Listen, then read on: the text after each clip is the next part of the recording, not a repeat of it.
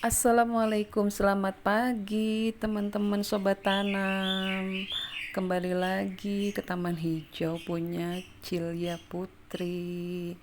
Apa kabar? Semoga sehat semuanya ya, berkah rezeki, dilancarkan semuanya, bahagia lahir batin pastinya, amin.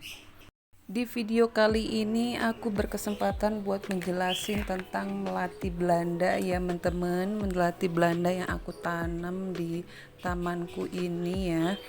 Yang sebelumnya aku pernah sharing tentang rawatannya dan cara merimbunkannya ya.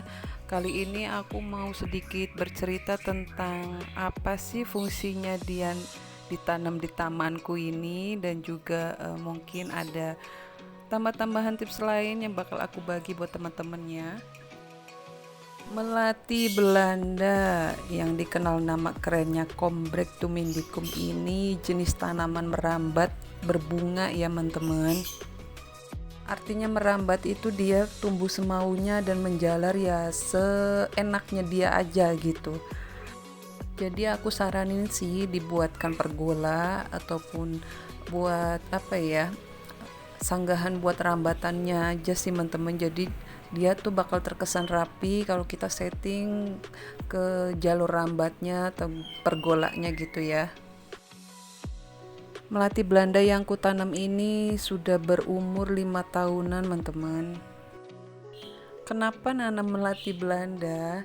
Karena sesuai fungsinya ya teman-teman, untuk mempercantik bagian depan rumah, juga sebagai peneduh gitu ya. Di sini kan daerah Cikarang itu kan panasnya banget ya. Jadi aku fungsiin untuk penutup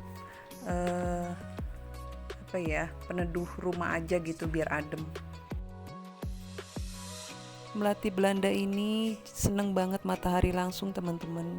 Jadi bagusnya sih dia ditanam di area depan rumah, di lahan depan rumah gitu ya teman-teman.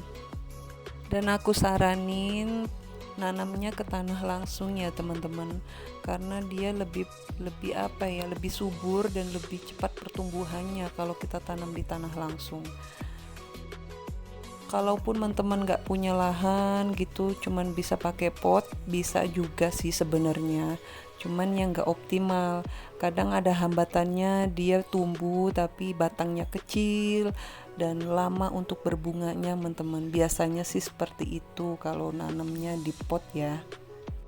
Istimewanya melati Belanda ini, selain dia cantik gitu ya tampilannya, juga punya wangi yang khas teman-teman, layaknya melati, cuman dia kalau wanginya tuh lebih kalem dan lebih apa ya, wanginya nggak terlalu menyengat kayak melati putih yang biasa ya teman-teman. Bunganya yang bergradasi dalam satu dompol itu cantik banget, dari mulai kuncup dia putih, terus mekar menjelang terbuka dia berubah warna menjadi pink dan kemudian menjadi merah. Jadi dari putih dulu ke pink baru ke merah, kemudian rontok. Dan menurut sumber yang aku baca juga teman-teman, ternyata melati Belanda ini pun punya khasiat untuk pengobatan juga loh katanya. Tapi belum aku praktekin sih gimana khasiatnya. Aku nanam ini difungsikan untuk peneduh dan mempercantik taman aja sih.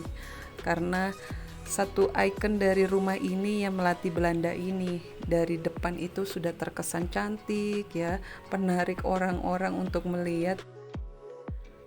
Kadang dipertanyakan juga orang-orang lewat gitu, kenapa bunganya masih ada, sudah dipangkas gitu ya. Sayang banget. Jadi kadang aku memperjelaskan itu susah ya teman-teman. Jadi lewat sini aku bakal sedikit menjelaskan.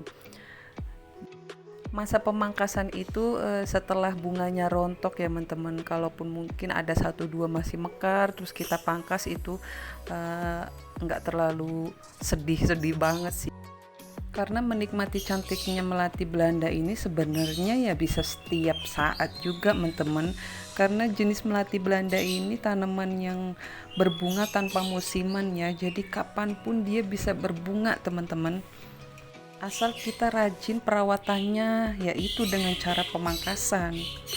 Jadi kita nikmatin dulu cantiknya gitu ya. Kalau dia udah rontok ya harus kita pangkas, jangan sampai enggak gitu.